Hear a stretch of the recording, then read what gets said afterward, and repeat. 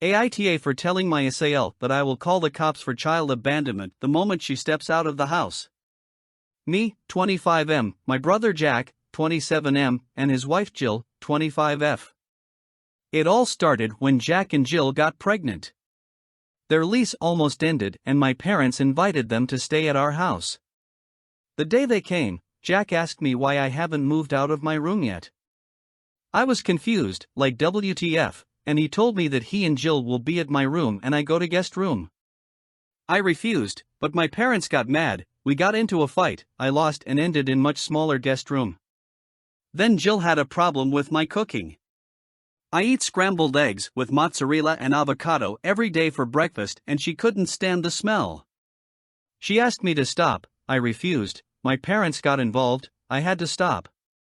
There were problems with other food too, and I had to stop cooking them. I was told I must be more accommodating 'cause she pregnant. Like that is my problem. Then Jill started to boss me around. We were alone for 8 hours while my parents and Jack worked. She obviously thought I will be her personal maid. I refused, she threw a temper tantrum, like always, and I again had big fight with Jack and my parents.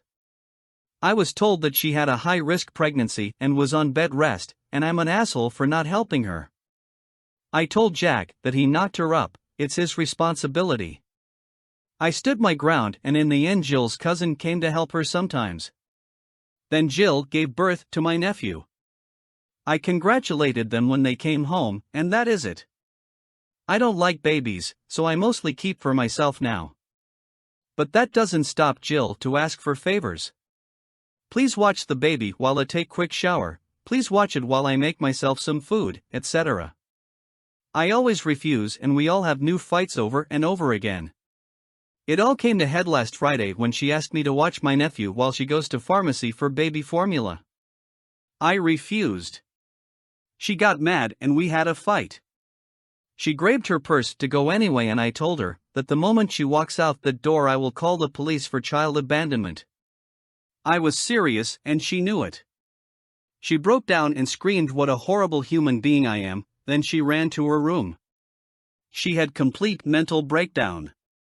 When Jack and my parents came home we had the biggest fight yet. Jack accused me of hating Jill and my nephew, upon other things. I told him I refused to bond because they will weaponize him against me. My parents told me enough is enough. That they can't believe they raised such a selfish human being. And that either I help or I move out. I'm thinking of second option. AITA?